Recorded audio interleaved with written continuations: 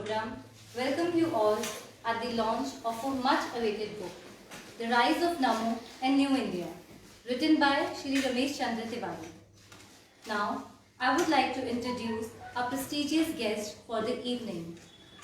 Firstly, we have with us Ms. Vandana Bhatia-Palli, the founder of Hyperstrikes Publications, the publishing house which brought among us the book that gives us an insight in the Namo world.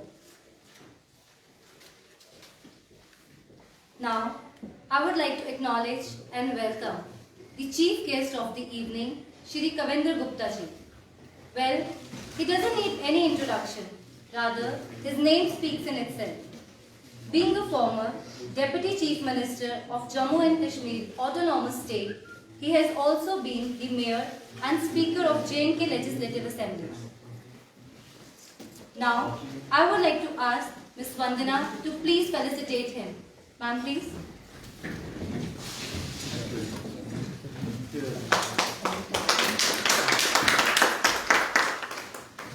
Thank you, ma'am. Thank you, sir. The next guest in our panel is Shri Praveen Sharma ji.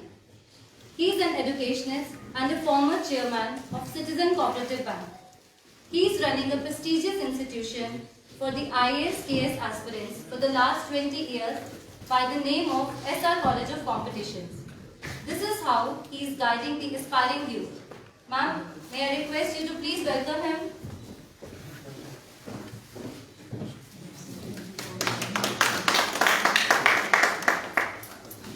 Thank you, sir.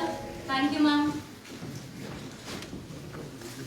Next, we have with us Shri Ashok Kol ji, Sangathan Mantri, Bharatiya Janata Party.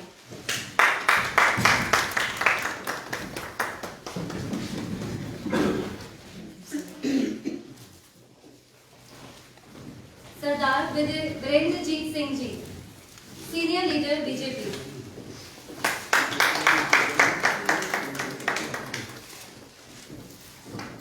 Shri Vinay Gupta ji, District President BJP Jammu.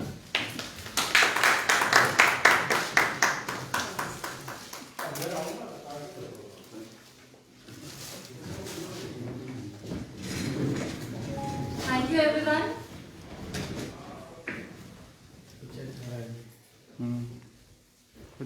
Now, let's move forward for the main event of the day.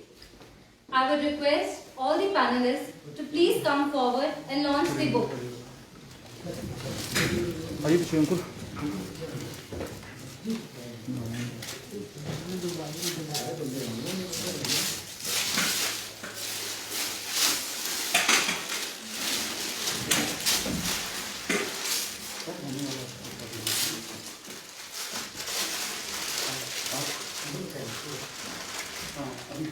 पर थोड़ा close है सारे आएंगे यहाँ नहीं आ सारे कटे कटे कने कने ले ले वो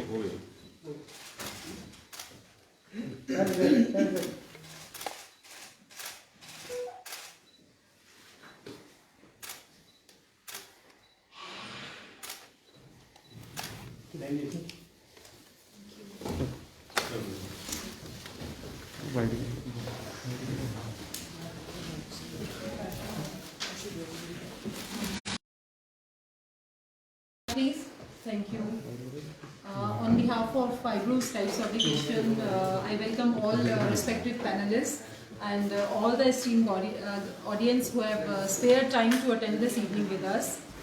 और मैं तहे दिल से शुक्रिया अदा करूंगी, आभारी हूँ कि हमें इस मंच पर आने का मौका मिला और अपनी बुक को रिप्रेजेंट करने का मौका दिया गया। अब आपका ज़्यादा समय ना लेते हुए मैं बुक के बारे में और इनके ऑथर के बारे में कुछ आपको ब्रीफ करना चाहूँगी। इस किताब के लेखक श्री रमेश चंद्र तिवारी हैं, जो कि बहराइच यूपी के रहने वाले हैं और एक बहुत ही वरिष्ठ लेखक हैं और कवि भी हैं।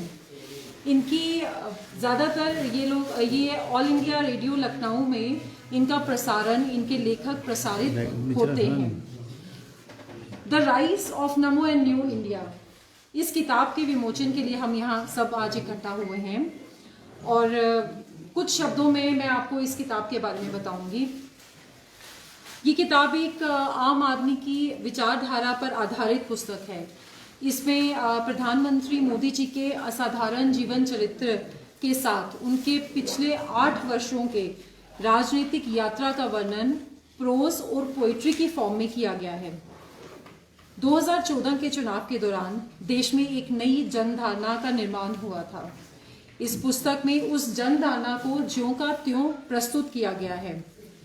सन 2013 से 2020 के बीच घटित सभी प्रमुख घटनाओं को तिथिवार लिखा गया है। इसके अलावा प्रधानमंत्री मोदी जी की नीतियां और उनकी उपलब्धियों पर डिटेल्ड चर्चा की गई है।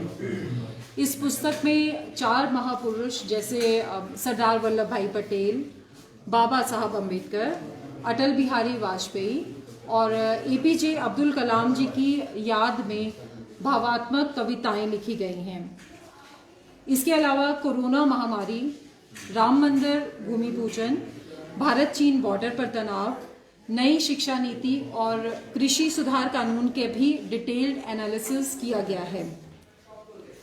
Overall, this book maintains that social life and political life are different things.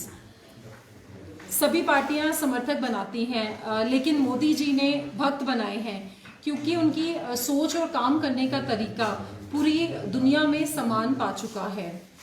इसीलिए उनका नाम एक सफलता का प्राय बन चुका है और कहा जाता है मोदी है तो मुमकिन है। ये बुक बहुत ही एक सिंपल इंग्लिश लैंग्वेज में लिखी गई है सो दैट आम लोग इसे आसानी से पढ़ सकें और समझ सकें। मैं अंत में श्री कविंदर गुप्ता जी से ये रिक्वेस्ट करूंगी कि जैसे कहा जाता है चैरिटी बिगिंस एट होम, सो यहाँ आए हुए सभी ऑडियंस से ये रिक्वेस्ट करें कि एक कॉपी वो भी ज़रूर खरीदें और देखें कि किस तरह से मोदी जी की नीतियाँ और उनकी विचारधारा है और कैसे हम उसे फॉलो करते हैं। Thank you.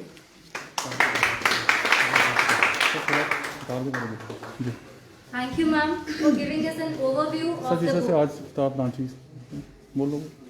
आज जिस किताब का विमोचन किया गया, the rise of NaMo, the new India, Modi ji एक ऐसा व्यक्तित्व है जिनको किताबों में समेटा नहीं जा सकता। अपने कार्यकलापों द्वारा, चाहे वो भारतीय जनता पार्टी के संगठन मंत्री के रूप में, चाहे गुजरात के मुख्यमंत्री के रूप में, या एक साधारण मानव से लेकर के प्रधानमंत्री तक जो उन्होंने अपनी छवि बनाई है, और सर्वे भवन्तु सुखिना इस प्रकार का जो मंत्र प्रधानमंत्री ने दिया है, ये सच बात है कि पूरा भारत ही नहीं, पूरा जो यूनिवर्स है, पूरा जो हमारा इंटरनेशनल लेवल पर उन्होंने भारत को एक मान दिया है। तो इस किताब में 2013-2014 से लेकर के रमेश चंद्र तिवारी द्वारा जो इस पे लिखा गया है, तो उसमें ये साफ जाहिर होता है कि बहुत से कठिन वक्त में कड़े फैसले लेना, चाहे वो डिमोनेटाइजेशन का समय हो, चाहे राम मंदिर का हो, या दूसरे इस प्रकार के सैकड़ों जो उन्होंने काम किए हैं, हर उनका काम एक से एक बढ़ कर के है। और भारत को इस प्रकार का नेतृत्व का मिलना अपने आप में एक बड़ी बात है।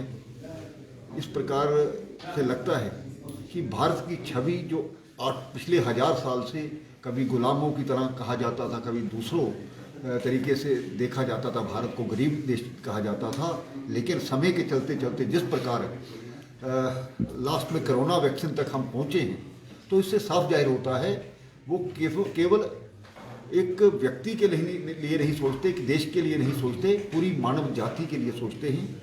तो आज ये समय समय पर होता आया है कि जो व्यक्ति ज़्यादा काम करता है, चाहे वो पिछले ज़माने की बात करें, कोई भी योगी रहा है, तो योगी जब यज्ञ करते थे उनके साथ दानव जरूर हुआ करते थे। आज भी इस प्रकार की परिस्थितियाँ, लेकिन उस परिस्थितियों से के बीच में से प्रधानमंत्री का जो एक व्यक्तित्व है निखर करके आ रहा है। मुझे इस प्रकार की सैकड़ों किताबें उनके राजनीति जीवन में होंगी, लेकिन हर किताब में एक अलग तरह का वर्णन होता है। मुझे विश्वास है कि इस किताब से पढ़ करके लोग उनके बारे में जानेंगे और जो भी है और इस राष्ट्र निर्माण में उनके साथ खड़े होकर के कंधे से कंधा मिला करके काम करेंगे।